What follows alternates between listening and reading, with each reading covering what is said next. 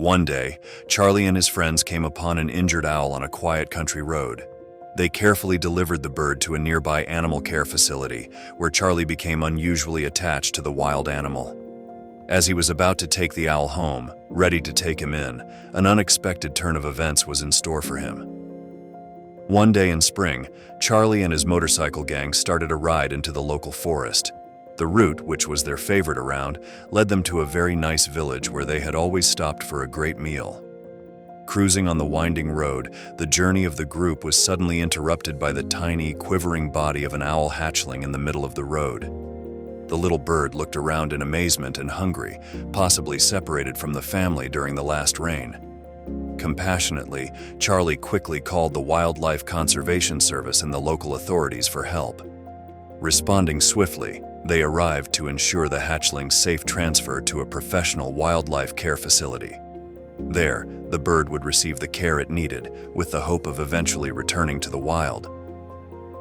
Feeling reassured that the owl was in good hands, Charlie and his friends resumed their ride. Further in, they found a felled tree across the path, obviously cut by illegal loggers, and another sign of deforestation that threatened the habitats of so many creatures, including the young owl they had just saved. The incident stayed in Charlie's mind and connected him more to the forest and its wildlife. A few weeks later, his curiosity getting the better of him, Charlie called the Wildlife Conservation Service to inquire into the owl's progress. He was invited to visit their facility and see the bird for himself. There, he was amazed at the transformation. What was a fragile, helpless hatchling had grown into a magnificent owl with bright feathers and a sharp stare. However, the staff shared one concern. Though it was physically recovered, the owl hadn't tried to fly. They explained that while its body was strong, it still needed a lot of mental and emotional support to thrive. Since the day of the rescue, Charlie had felt a deep sense of responsibility for the little owl. Determined to help, he began visiting the sanctuary regularly. He learned to feed and care for the bird, clean its enclosure, and even hold it in his hands. As time passed, Charlie's bond with the owl deepened. It was no longer just a rescued bird for him. It felt a part of his life. Each visit became a highlight of his days, as he grew increasingly attached to the remarkable creature he had saved. One day, as Charlie was feeding the owl, he felt it stare with its big, shiny eyes, as if trying to convey something. The bird suddenly started flapping its wings and hopping in the enclosure. It was as if the owl had come to a point when it could fly and needed to get back into the wild. The caretakers of the Wildlife Conservation Service agreed, but were skeptical as, though it was ready physically, the owl hadn't flown on its own yet. Nevertheless, they took a chance and thought they should try releasing it into the wild. The arrangements to release the owl were made to a secluded area in the forest where the owl could live happily. The cage door opened. The owl did not budge. Then, with a burst of determination, it spread its wings and soared into the sky. Charlie and the caretakers watched it circle overhead, then vanish into the dense forest. A surge of satisfaction washed over Charlie. He had found a way to get the little owl back into the wild. Yet he could not help but feel just a little sad, although he knew this was what was best.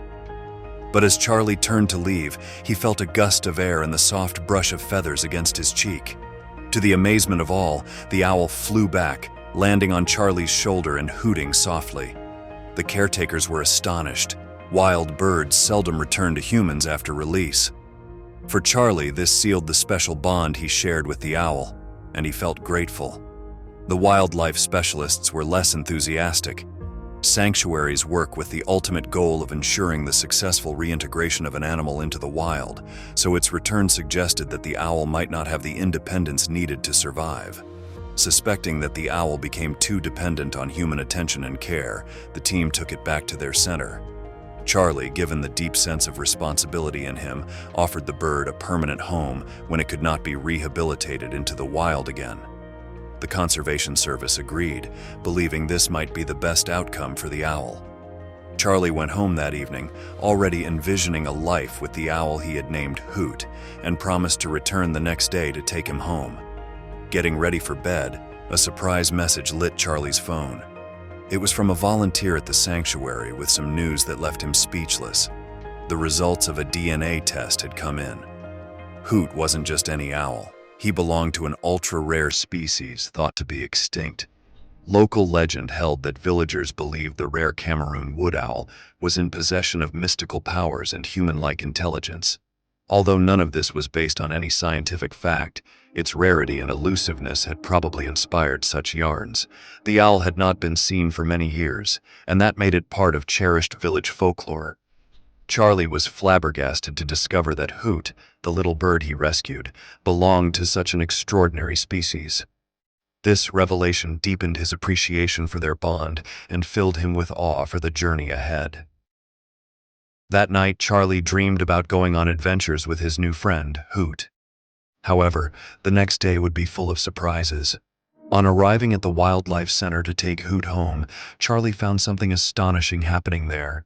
As he came up to the cage, he heard a faint hooting coming from the trees. Soon, a big owl appeared and landed on top of the cage. It was much larger and stronger than Hoot, but unmistakably similar in appearance. A volunteer who was part of the audience called out that it was another Cameroon wood owl, Hoot's mom.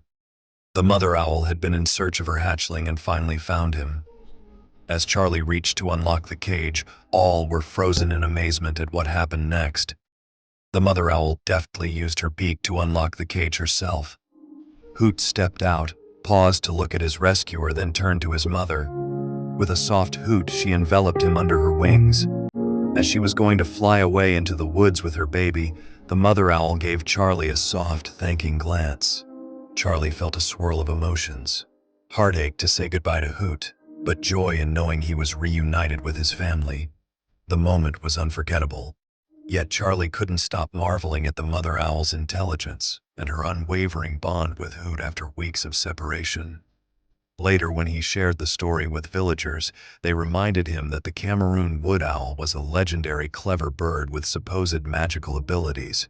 Not being 100% convinced that was what he had seen, nonetheless made him walk away with a respect way beyond what he thought over the brilliance of wild animals. The experience deeply stirred him. By Hoot's story, Charlie becomes a dedicated volunteer in this wildlife conservation service and intends to support the creatures living in the forest. What an amazing story. Did you know that some birds can use their beaks and claws to unlock cages or open gates? Would you ever volunteer at a wildlife sanctuary that protects rare species like the Cameroon wood owl? Let us know in the comments below. Thanks for watching, and we'll see you next time.